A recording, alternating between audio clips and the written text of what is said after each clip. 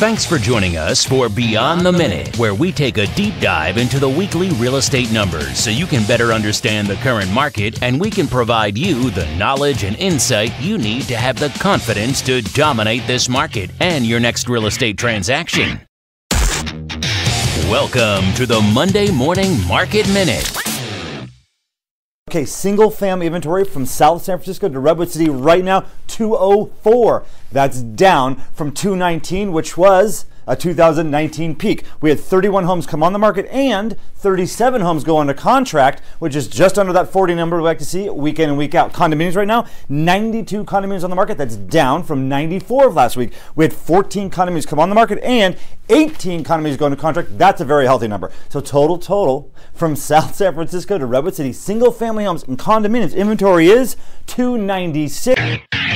And now, your hosts, with over 60 years of local Bay Area experience and hundreds of millions of dollars of closed real estate transactions, Timothy and Dan Gilmartin. Hello, this is Dan Gilmartin, sitting down with the president of the Gilmartin Group, my brother, the realtor's realtor, Timothy D. Gilmartin. Welcome to episode 25 of Beyond the Minute, where Tim and myself continue to dive deep and unpack the Monday morning market minute. Good morning, Tim. Good morning, Dan.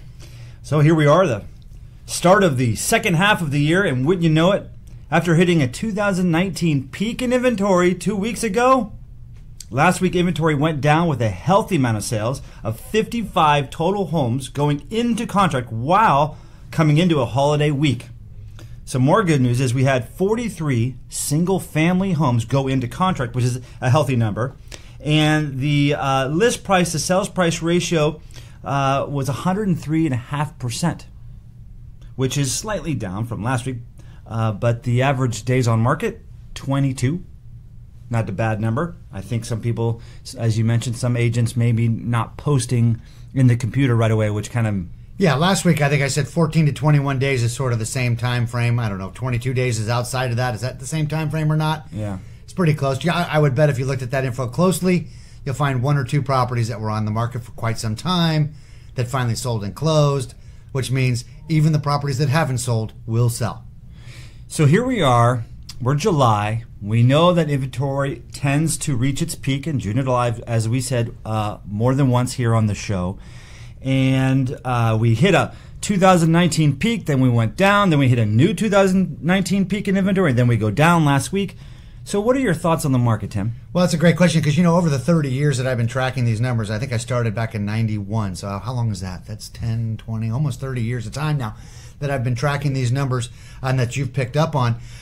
Only maybe 5 times after June 30th has the inventory been higher than it was before June 30th.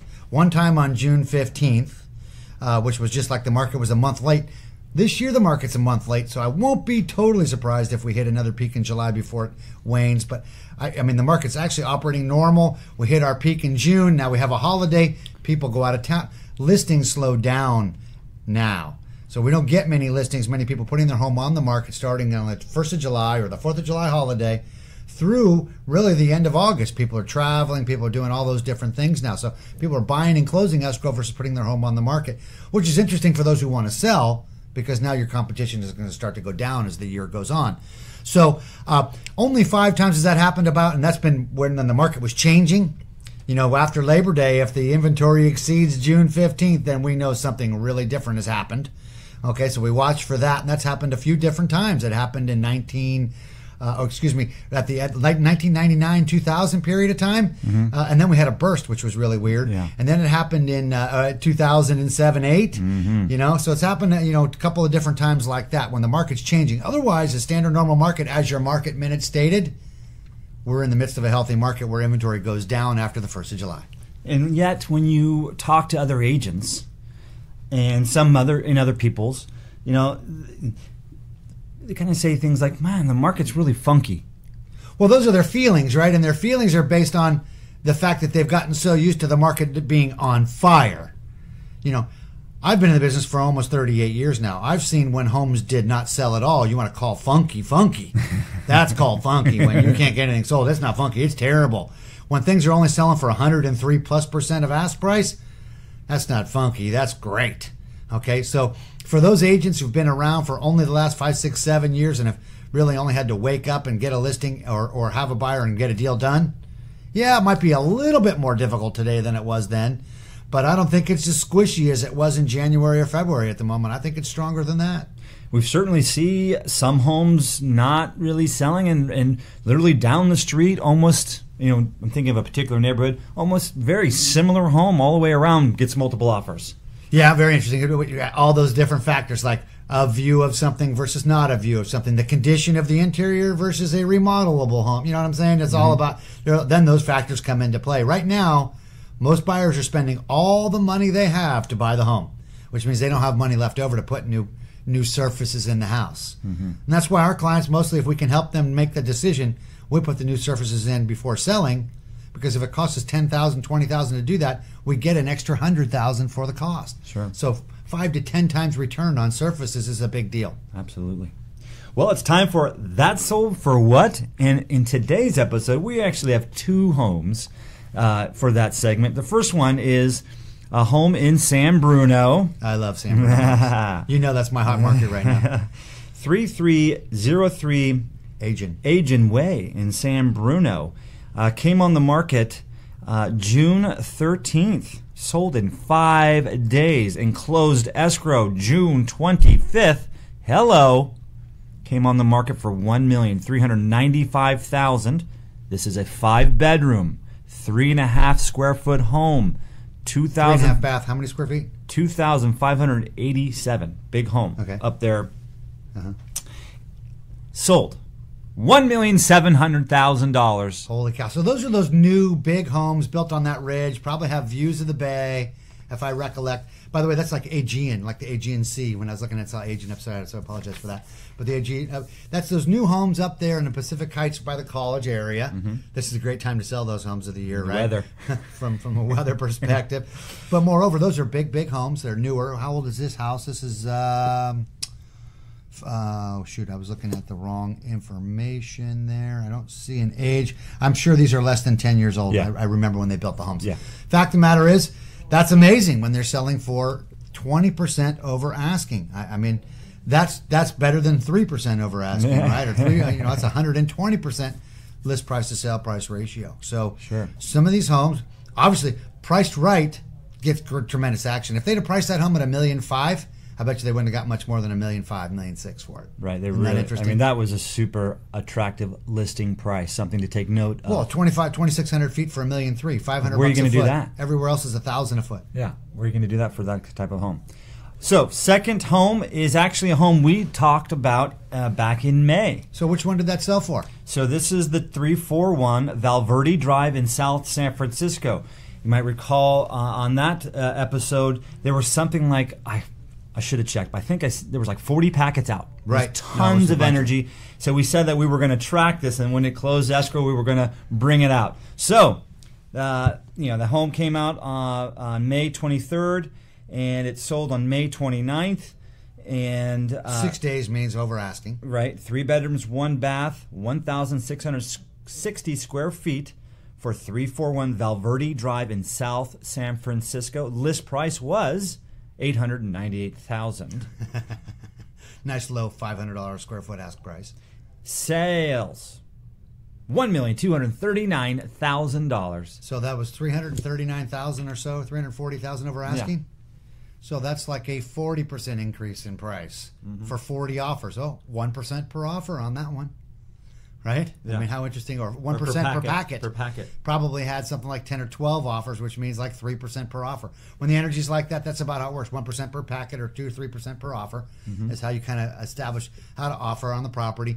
Obviously, 660 feet for $500 a foot is a right in the wheelhouse pricing deal there. Everybody, anything under $1 million right now gets looked at, chased. And this is a really clean home. Move right in. Yeah, with opportunity. Interestingly, by the way, I bet you the appraiser didn't measure the house at 1,660 feet, because I'm going to bet you that 400 or so of those feet are downstairs, below grade, not originally counted square footage. Right. So that's I have a property like that, elevated rancher, and if I were selling it, I'd be counting the family room and bedroom downstairs as well as square footage. So right. I get what they're saying, but In the old school, that would have been about 1,200 square foot house. Correct. Elevated rancher there. Yeah. Moving on to the economy. Interest rates? Amazing. I'm wrong again. I love it. You know, being wrong in this instance is good. And that means rates are down, down, down, down, even down. I saw the 10-year go below 2%. It's actually, I think, this morning at 2.01, which is almost another tenth of a point below last week when we talked about it. Hard to believe that they're going down like this. They can't stay there forever. Then again, I've said that for 37 years. So again, I'm 37 years closer to right. As long as I'm wrong, it's good news because the rates are down. Obviously, right now, I think the cost of money is a big reason to buy property. It's 15-20% cheaper for money today than it was 12 months ago. Right. Why wouldn't you take it? And if you haven't refinanced, you should be talking to your banker. Right. And even if you did refinance, you should be talking to your banker. I mean, it's amazing, right? I mean, we've come through a period of time last year when I refinanced and got a 4.5% rate, I'm thinking, wow, this is great. It'll never be better than this. Yeah. Now I'm talking to my banker. Right. He's telling me 3.75. Well, that's about a 15% savings on my payment. Amazing. The economy as a whole here, our micro economy, in terms of the United States economy in general. We're an extraordinaryville. Still, no. I guess I keep bringing up the economy, and really, what we're really saying is there hasn't been any big news or any event that's showing any problems with our local economy. Moreover, there's really only one thing you need to watch when it comes to this economy relative to demand, and that's jobs. And all we read about is additional jobs and additional square footage for more jobs and so on and so forth. You haven't read about any company laying off anybody in our area. Mm-hmm. I'm not aware of one company. And you know, by the way, the rules are if you're going to lay off, if you're a large company, you're going to lay off 100 people, you actually have to notify them like 90 days in advance. It shows up in the news. So layoffs, like hirings. Layoffs? Yeah, Layoffs? Exactly. Layoffs like hirings become our published things. And frankly, if there's one thing that I watch in the news, it's what's going on with the jobs. Mm-hmm. And jobs right now. So inventory, it's at this level that we're at, which is off. Right. Below 300. Below 300. What were our total number of sales? We had a total of 43 houses and 18 condominiums. Oh, yeah. Excuse me. So we had a total 51. Of 37 houses and 18 condominiums. Yeah. Okay. So what's that? In 1855. Excuse me. So we're under a 5-week market. Yeah. Under a 5-week market. Remember, that's the line, right? 5 weeks and more means a little bit squishy. Mm-hmm. 5 weeks and less means multiple offers for a for a right-priced property. Not even a well-priced property, for a right-priced property. Going into or being in a holiday week, and where inventory levels are right now, still shows opportunity, I think, especially for buyers. Oh, this is a buyer week. Definitely a buyer week. With the rates down, with most buyers out of town, with sellers' property that are for sale wanting to sell, make an offer this weekend and negotiate. That's what I mean, it's a less than 100% week, I think. Especially for the homes that have been on the market for more than 2 weeks. Yes. Now, you touched on this a little bit earlier in the show. In regards to sellers, new sellers thinking about coming onto the market, what should they be concentrating on right now? Oh, I think they got to pay close attention to their condition and their price still. There's no secret to the marketplace of getting more than pricing it right and having the right condition for your property. Pricing it too high won't get you more money. It'll get you a longer marketing period and less money. So it's about marketing price and it's about marketing condition. I would say, of course, it's always about the price, but I think, let's just talk about this week. Condition may be trumping... Condition, yeah, no question. Price. I mean, you've got to... You want people to walk in your home and say, when are you taking offers? Exactly. Well, I have my house for sale for $2 million and someone's going to put $500,000 down. Are they going to have an extra $100,000 and now do all the services? And by the way, that's how buyers perceive the cost of the services when we can get them done for $10,000 to $20,000. Yeah. So that's why $10,000 to $20,000 is worth $100,000 in value, because most of the buyers don't have the money left over or the energy for money left over to spend after purchase. Mm-hmm. So condition is a high premium. It really is. Poor condition is going to get hammered, and good condition is going to get elevated. And if you're going to stick with your poor condition, then just pull back your marketing price. Go like Valverde, get back to a $500, $600, $700 square foot price, depending on what neighborhood you're in, and watch it jump. Because, there's marketing is condition and price, right? It's product and price, timing, distribution. We're handling the distribution. The timing is the timing, right? We're at the second half of the year.